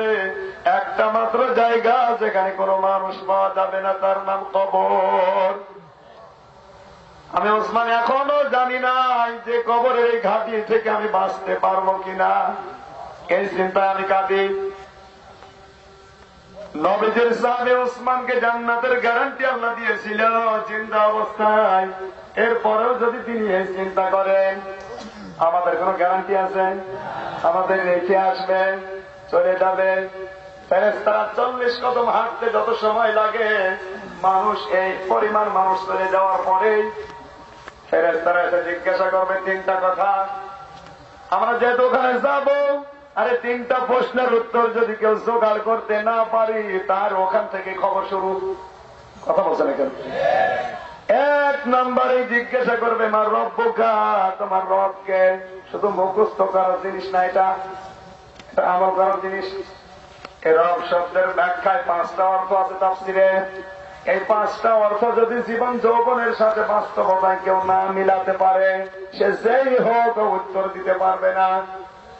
কান খাড়া করে শোনেন, আপনি আওয়ামী লীগ করেন, বিএনপি করেন, জাতীয় পার্টি জামাত করেন, নিষেধ করছিলাম, কিন্তু রব আল্লাহ এ কথা যদি কেউ বলতে চায় ফেরেশতাদের প্রশ্নের জবাবে, এই 5টা অর্থ তার জীবনে কায়েম থাকা লাগবে। কয়টা? 1 নম্বরে রব শব্দের শাব্দিক অর্থ আইনদাতা। আসতে বলেন। এখন মহারাজান কাওয়াতির গোরস্থানে আপনাকে দিয়ে আসবে, ফেরেশতারা জিজ্ঞাসা করবে মার রব্বুকা, তোর রবকে। বাঙালি তো মিথ্যা কথা বলার অভ্যাস কম। এরা কবরে যাওয়ার পরেই বলে ফেলবে রব আমার আল্লাহ। ফেরেশতা যদি বলে বেটা বাঙালি, আল্লাহ ছিল। আল্লাহ রব মানে 5টা অর্থ। 1 নম্বরে রব মানে আইনদাতা। আল্লাহর একটা আইন তোর পরিবারের সমাজে রাষ্ট্রে ছিল, তুমি ধরা পড়ে যাবেন না? ধরা পড়বে না, ধরা পড়ে বসে আছেন। যারা কবরে বলতে চান রব্বি আল্লাহ, আল্লাহর আইন তাকে মেনে নেওয়াই লাগবে, অন্য আইন সব বাদ আছে। 2 নম্বরে রব মানে সৃষ্টিকর্তা। এতক্ষণ পর্যন্ত যে সৃষ্টির রহস্য বলছিলাম, দারওয়িন, কালমাস, মাউসাফিনের সব থিওরি ভুল। থিওরি ঠিক কার? আল্লাহ। ওই থিওরি অনুযায়ী সৃষ্টিকর্তা আমার আল্লাহ আমাদেরকে বানিয়েছেন। 3 নম্বরে আমার আল্লাহ রব শব্দের শাব্দিক অর্থ হচ্ছে অভিভাবক। আমাদের অভিভাবক এখন কিন্তু আর আল্লাহ নেই, আমাদের অভিভাবক এখন অন্যান্য রাষ্ট্র হয়ে দাঁড়িয়েছে। আল্লাহর উপরে যতটুকু আমাদের ভরসা, তার চাইতে বেশি ভরসা ভারতের উপরে। 4 নম্বর অর্থ রবের রিজিক দাতা। আমি হক কথা বললে আমার রিজিক নষ্ট হয়ে যাবে, আমার চাকরির বেতন কমে যাবে, আমি কি করে খাবো? আল্লাহকে যারা রব বলে স্বীকার করেছে, আমার আল্লাহ বলেন যে রিজিক দাতা আমি। এই পরীক্ষাটা দেওয়ার জন্য 12 মাসে 1 মাস রোজা দিয়েছি। রোজা রাখার কারণ হচ্ছে না খেয়ে থাকা। এটা মুসলমানদের খাবার নেই, এই জন্য থাকি। আল্লাহ বলতে তো আমার বান্দা বান্দিরা, যে মুসলমানের 12 মাসে 1 মাস না খেয়ে থাকা ফরজ, সেই মুসলমানকে ইহুদি খ্রিস্টান আর মুশরিকরা খাবারের ভয় দেখায়। আর এরা ভয়ে আমি আল্লাহর আইন ভুলে যাই, কি মেনে নেওয়া যায়? আপনি পারবেন না। রব শব্দের 5 নম্বর অর্থ প্রতিপালক। লালন পালন করার দায়িত্ব সেই পেট থেকে মৃত্যু পর্যন্ত পালন করছে আল্লাহর কুদরত। প্রত্যেকটা সেকেন্ডে আপনার সাথে যদি আল্লাহর ফেরেশতারা সাহায্য না করে, লাহু মুআক্কিবাতুম মিন বাইনি ইয়াদাইহি ওয়া মিন খালফিহি তানজিলুম মিন হাকীমিন হামিদ।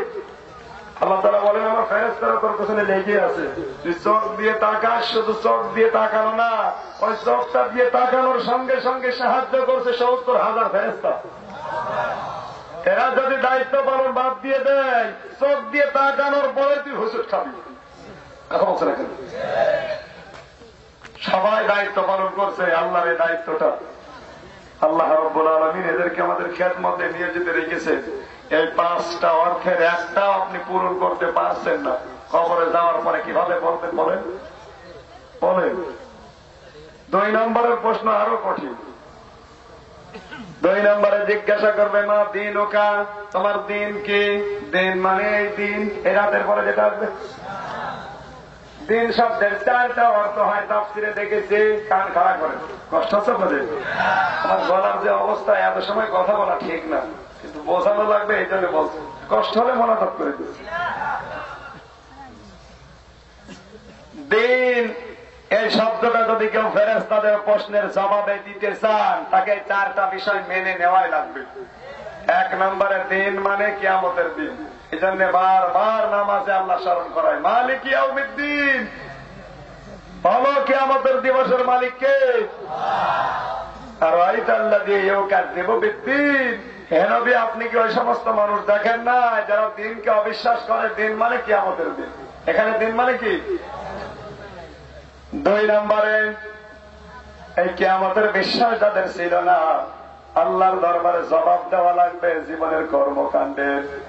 এই টেন্ডেন্সি যারা জন্ম দিতে পারে না, ওরা কবরে দ্বীন আল ইসলাম বলতে পারবে না। কথা বলছে না কেন?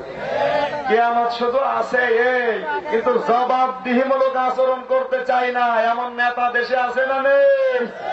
এই জন্য তো অবৈধ ইনকাম করে আঙ্গুল ফেলে করা কাটাচ্ছে। এই রাস্তাটা যে অবস্থা, মাঝে মাঝে এই রাস্তার এই অবস্থা হওয়ার কথা না, একটা জেলা শহরের রাস্তা। এলাকাতে সবচেয়ে বড় বড় নেতা মায়া, কি দয়া মায়া গো, শুধু মায়া। এরপরে যুবলীগের সম্মানিত চেয়ারম্যান ওমর ফারুক, আমাদের আপামনি, কথা বলছে না কেন? এরপরে মহিউদ্দিন খান আলমগীর, বড় বড় নেতা সব এই জায়গায়। আর রাস্তার অবস্থা দেখলে শয়তান যদি একবার রাস্তায় আসে তওবা করবে যে আমি জীবনে আর মতলবে যাব না। এই রাস্তার অবস্থার পেছনে এই দেশের এই নেতাগুলো দায়ী, আল্লাহর কসম এই নেতাগুলো দায়ী। কিয়ামতেরা বিশ্বাস করে না, ওদের নামে যতই মুসলমান থাকুক বিশ্বাস করে না, এই জন্য রাস্তাও ঠিক হয় না। যত টাকা রাস্তার জন্য বাজেট হয় আমি তো জানি, আমার দাদা চেয়ারম্যান, রাস্তার জন্য যত টাকা বাজেট হয় উপর থেকে, যদি উপরওয়ালা খেয়ে না ফেলে, উপরওয়ালা মানে আল্লাহ, সে যে উপরওয়ালা হয় হোক ভাই, দরকার নেই। এই সমস্ত উপরওয়ালা যদি এই টাকাগুলো না খায়, রাস্তা আমার মনে হয় 1 ইঞ্চি জায়গাও কাঁচা থাকার কথা, ধৈল বলি তো দূরের কথা। সৌদি আরবের রাস্তা আমরা দেখে আসলাম, রাস্তার জন্য যা বাজেট হয় কোন 2 নাম্বারই নেই। এমন রাস্তা বানিয়েছে শুধু এরকম চিকন না, একবারে কমপক্ষে 4টা গাড়ি এই দিক থেকে ওই দিক থেকে 8টা গাড়ি যেতে পারে। মক্কা মদিনা 450 কিলোমিটার পথ, বিশাল রাস্তার যে অবস্থা, আমি মাঝে মাঝে কয়েকবার নেমেছিলাম গাড়িতে, রাস্তাগুলো মনে হচ্ছে খাবার ঢেলে খাওয়া দাওয়া। আর এই রাস্তায় কেউ যদি ডেলিভারি রোগী আসে, রাস্তায় কাজ হয়ে যাবে, হচ্ছে না। আপনি বলতে পারবেন, আল্লাহর কসম আপনি বলতে পারবেন, যদি কিয়ামতের জবাব দিতে হবে এই টেন্ডেন্সি আপনার তৈরি না হয়। এর নাম হচ্ছে দিন। এর নাম কি? দিনের 2 নম্বর অর্থ, দিন মানে জীবন ব্যবস্থা। দিন মানে কি? আমার আল্লাহ নিজে দলিল দিয়েছেন,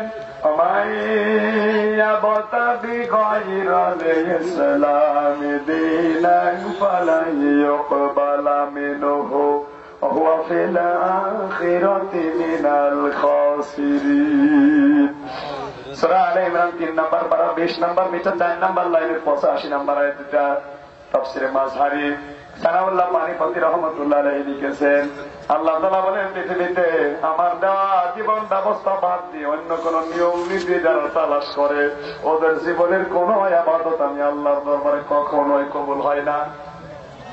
সুতরাং ইসলামকে জীবন ব্যবস্থা হিসাবে যারা মেনে নিতে পারেননি, অন্য কিছু দিয়ে জীবন চালাতে চান, আল্লাহর কসম আপনি কবরে ধরা পড়ে বসে আছেন। বলেন 3 নম্বরে দিন মানে রাষ্ট্রীয় বিধান। দিন মানে কি? ফেরাউন বুঝেছিল এটা, আমরা যদিও না বুঝি। আজ ফেরাউনের উত্তরসূরি যারা পৃথিবীতে আছে, দিন মানে আমরা মনে করি দিন মানে ধর্ম, আর ওরা মনে করে দিন মানে রাষ্ট্রীয় আইন বিধান। এজন্য ফেরাউন কিন্তু মাঝে মাঝে বলেছে আল্লাহ ফেরাউনু দারুনি আকাতুল মূসা ওয়ালাদু রাব্বা। সূরা মুমিনের 26 নম্বর আয়াত 24 নম্বর পারা 7 নম্বর পৃষ্ঠা 3 নম্বর লাইনে আছে, 1 নম্বর লাইনে আছে। ফেরাউন ডাক দিয়ে বলে আমারে ছেড়ে দে, আমি মূসাকে হত্যা করব, কারণ সে আমার রাষ্ট্রীয় নিয়ম নীতি বিধিবিধান পাল্টিয়ে ফেলবে, এই আশঙ্কা আমি করছি।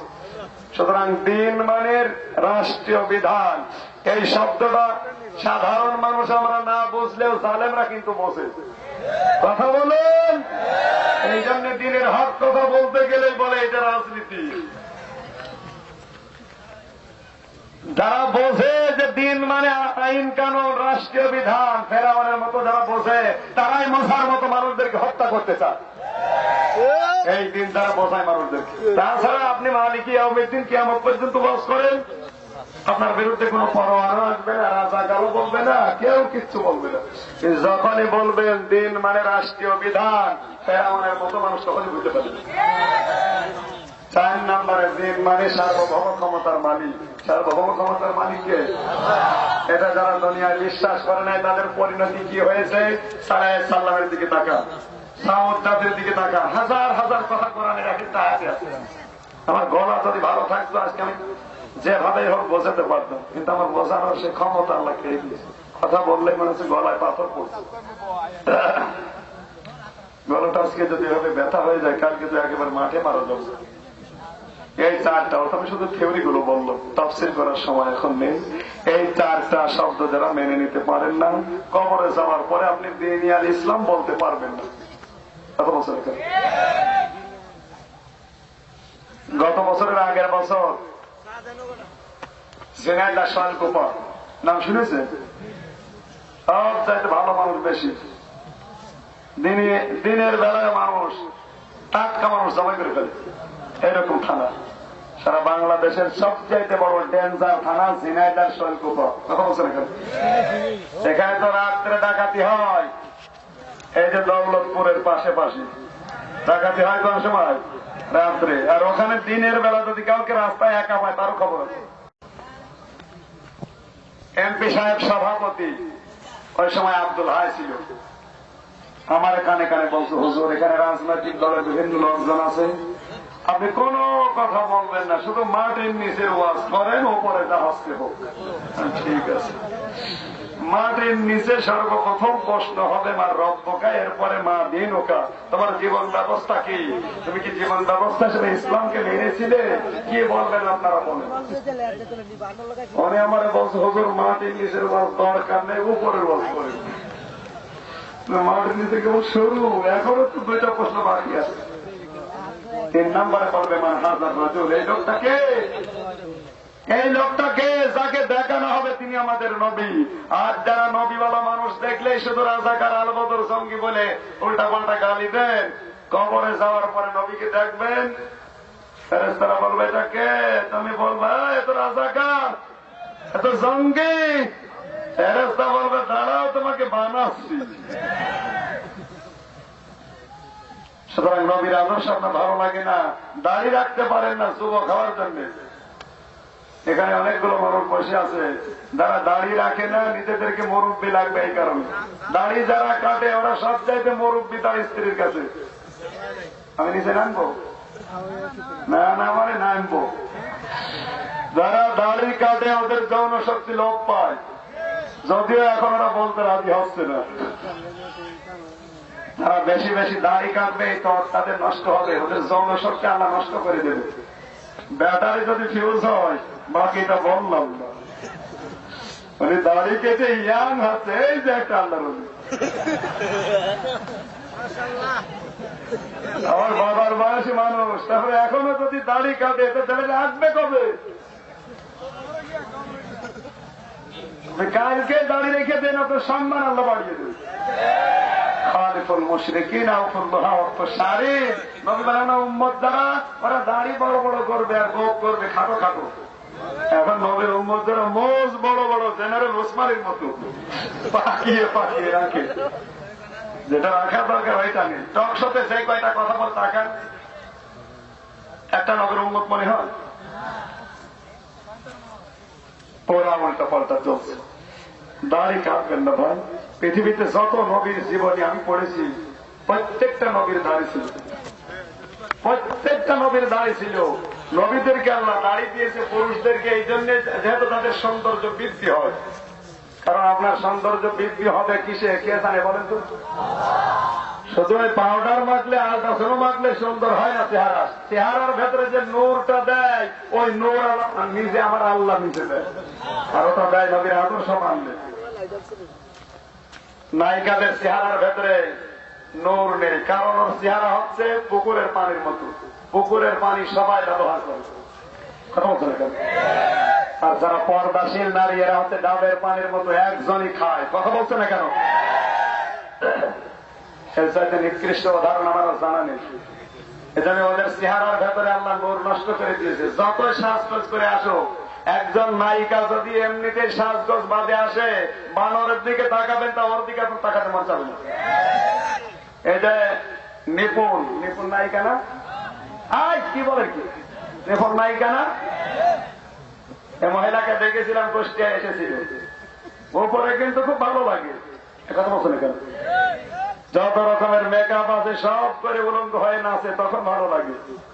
কিন্তু সামনাসামনি দেখবেন মেকআপ বাদ দিয়ে কুকুরের দিকে তাকাতে মন বলবো, ওর দিকে তাকাতে মন চাবে না। কারণ ওর চেহারার নূর